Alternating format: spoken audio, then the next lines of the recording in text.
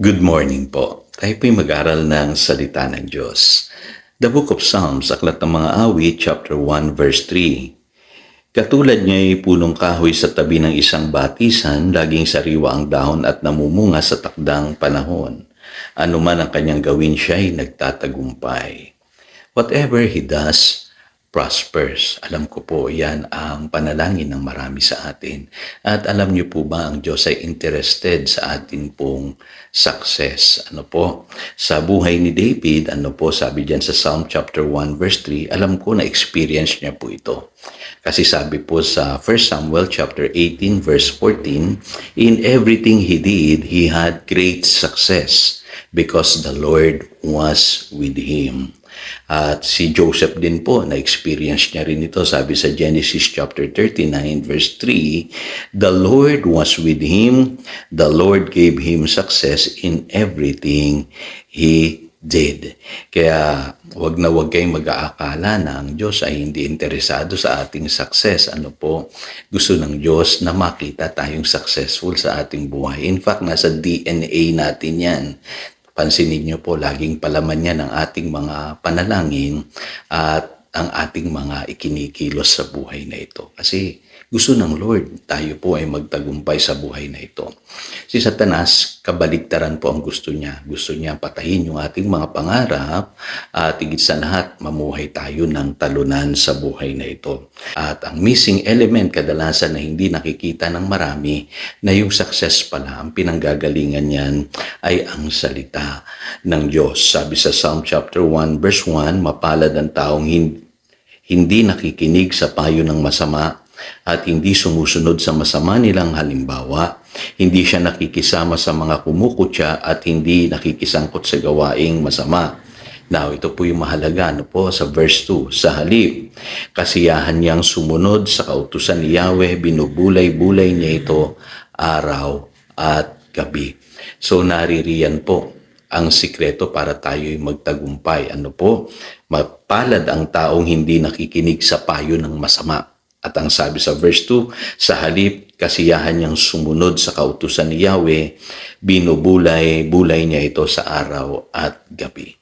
Now, sa James chapter 1 verse 25, makikita po natin dito, ano po, yung kahalagahan ng Word of God para magtagumpay ang isang tao.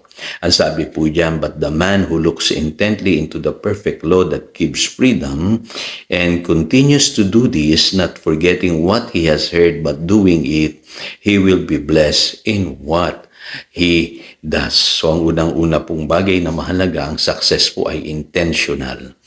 Kailangan po ay makita natin yung sarili natin sa salita ng Diyos. At ang pangako po ng salita ng Diyos, tayo po ay magtatagumpay. At alam niyo po sa buhay na ito, napakahalaga na i-desire natin kung ano yung nais ng Diyos para sa ating.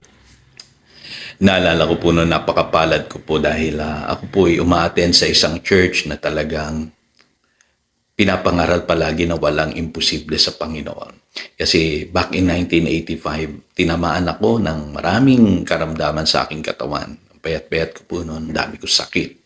Kaya naiisip ko noon, ay parang wala nang direction yung aking buhay. Pero kapag nakakapakinig po ako ng pangako na salita ng Diyos, ano po, lumalakas po ako.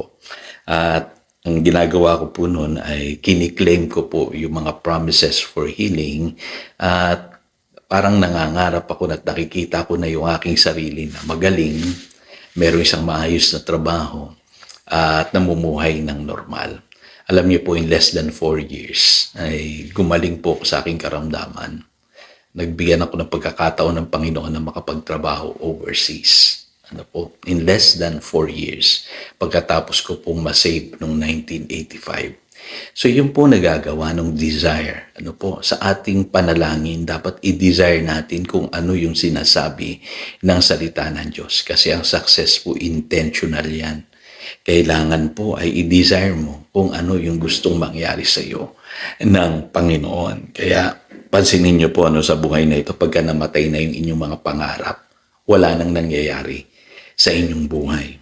Pero hanggat meron kayong dinidesire sa buhay na ito, merong nangyayari. Napupuna ko po yan, nagaganap yan sa buhay ng maraming tao. Pangalawa po, darating ang maraming mga problema at pagsubok sa buhay. Ano po? Parang naalala nyo nung si Pedro po'y lumalakad sa ibabaw ng tubig. Nung nakita niya yung alon at naramdaman niya yung malalakas na hangin, di po ba lumubog po siya. Kasi totoo po yun. Ano po sa buhay na ito, darating yung maraming trials, mga problema, ano po, para yung ating pananampalataya ay manghina. Ano po. Pero alam niyo po ang sikreto dyan, kailangan panghawakan natin yung mga pangako ng Diyos sa ating buhay. Naalala ko po noon, ano po, tuwing susumpong yung aking karamdaman, lagi ko lamang sinasabi, yung sinabi sa 1 Peter chapter 2, verse 24, by His stripes I am healed.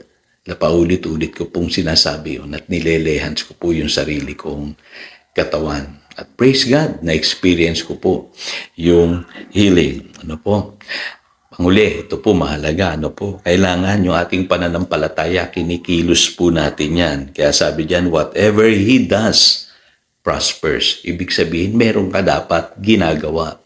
Kung wala kang ginagawa, walang pagpapalain ng Diyos sa iyong buhay. Kaya ang ginawa ko po noon, kahit pakahina ko, ay pinilit ko pong bumangon. No? Kumain po ako, pinalakas ko po yung aking katawan sa pamamagitan ng pag-ehersisyo. Ano po, nag-join ako sa isang gym, at sa pamamagitan po noon, ano po, ay lumusog, lumakas yung aking katawan. Kasi nakikita mo yan sa isang pangarap, sa isang vision na inilalagay ng Diyos sa iyong puso.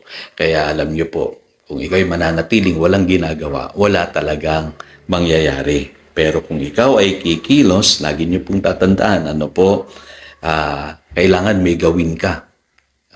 Kailangan may simulan ka para may mangyari sa iyong buhay. Kaya kung wala kang trabaho ngayon, maghanap ka ng trabaho. Pumilos ka. Kung ikaw ay walang pinagkakakitaan, mag-isip ka. Humakbang ka. Mag-explore ka. No? Mag-venture ka sa isang negosyo. O maaaring simulan mo sa isang bagay na hindi mo pa ginagawa noon. Pero ngayon ay gagawin mo na. Alam niyo po sa buhay na ito, sasamahan tayo ng Diyos kung tayo po ay hahakbang ng may pananampalataya. So again, ito si Pastor Jojo nagpapaalala upang daluyan tayo ng pagpapala, manatili tayo sa kanyang salita. Good morning.